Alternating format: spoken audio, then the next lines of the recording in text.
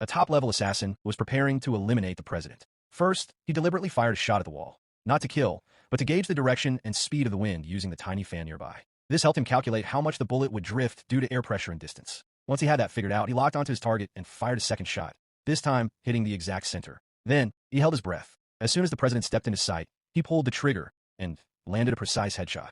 Immediately, security teams started scanning the area with binoculars to locate the shooter. But the assassin had planned ahead. He purposely raised his sniper rifle and reflected the sunlight using the scope, drawing all attention to himself. Once he was sure every eye was on him, he quickly dismantled the rifle and packed it into small parts inside the suitcase he had brought along. Inside that suitcase, he had planted a time bomb. He wanted to turn the hotel room itself into a crime scene, with no trace of his escape. Before leaving, he triggered the hotel's fire alarm, forcing the police and security teams to rush toward the room. Calmly, he exited and got in the decoy car he had parked earlier and drove off. As soon as the police ran into the hotel, he looped back and returned the fake car to the same parking spot. Then, he got into his real car and vanished. Even if the first car was captured on security cameras, by the time the SWAT team reached the hotel room, the timed bomb exploded, reducing the entire room to ashes. No fingerprints, no evidence. The fake car was also destroyed in the blast. It was as if the assassin had never been there at all. But there was one thing he hadn't expected. At a highway checkpoint, security was 3 times tighter. Every car was being stopped and searched. He was dressed as a lawyer. Still, his car was pulled over,